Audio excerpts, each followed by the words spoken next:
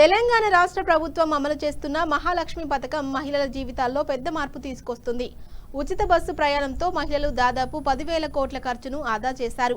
2023 December 9న ప్రారంభమైన ఈ పథకం కింద ఇప్పటి వరకు 290 కోట్లకు పైగా ఉచిత ప్రయాణాలు నమోదయ్యాయి. ఈ సందర్భంగా నిర్వహించిన విజయోత్సవంలో municipal chairperson Balamani Srinivas, market chairman Shivaraj Yadav పాల్గొని పథకాన్ని ప్రశంసించారు.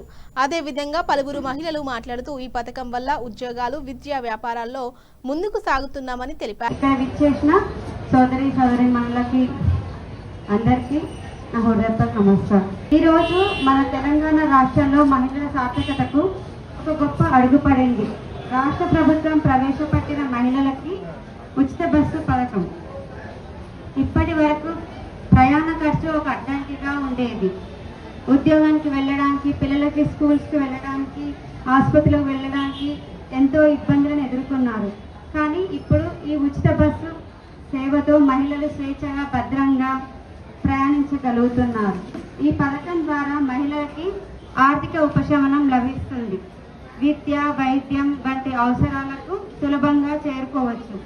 మహిళలు బలంగా ఉంటేనే కుటుంబం బలంగా ఉంటుంది. కుటుంబం బలంగా ఉంటే సమాజం అభివృద్ధి చెందుతుంది.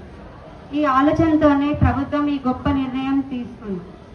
మన మున్సిపాలిటీ తరఫున నేను హామీ ఇస్తున్నాను, ఈ పథకం సక్రమంగా అమలు పడడానికి అన్ని చర్యలు తీసుకుంటాము. బస్సు సదుపాయాలు, భద్రతా సౌకర్యాలు మెరుగుపరచడానికి కృషి చేస్తాము. చివరగా ఈ పథకాన్ని అమలు చేస్తున్న రాష్ట్ర ప్రభుత్వానికి నా కృతజ్ఞత తెలియజేస్తూ జై హింద్. అనంతరం Jangaon depot manager S Swathi మాట్లాడుతూ మహాలక్ష్మి పథకం అమలు తర్వాత మహిళా ప్రయాణికుల సంఖ్య గణనీయంగా పెరిగిందని, రోజు వేల సంఖ్యలో మహిళలు ఉచితంగా బస్సులో ప్రయాణిస్తూ తమ ఖర్చులను తగ్గించుకుంటున్నారని తెలిపారు. అందరికీ నమస్కారం. ఇవాళ మన రాష్ట్ర ప్రభుత్వం ప్రతిష్టాత్మకంగా చేపట్టినటువంటి మహాలక్ష్మి పథకం ప్రారంభం అయ్యేసి 10,000 కోట్ల రూపాయలు ఆదా చేసుకునే స్టేజ్ వరకు వచ్చింది. మనకి మహాలక్ష్మి స్కీమ్ వచ్చేసి డిసెంబర్ 2023 9వ తారీఖున ప్రారంభమైంది. అది ప్రారంభమైనప్పటి నుంచి ఇప్పటి వరకు చాలా సక్సెస్ఫుల్గా రన్ అవుతుంది. ఈ పథకం కింద ఇప్పటి వరకు 297 కోట్ల ప్రయాణికులు ప్రయాణం సాగించారు.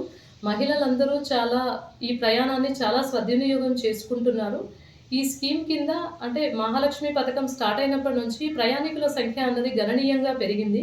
మా డిపో విషయానికి వస్తే ఇదివరకు ఉన్న ప్యాసింజర్స్ తోటి ఇప్పుడున్న ప్యాసింజర్స్ని కంపేర్ చేస్తే ప్రతిరోజు దాదాపుగా 10,000 మంది ప్రయాణికులు ప్రయాణం అధికంగా సాగించడం జరిగింది.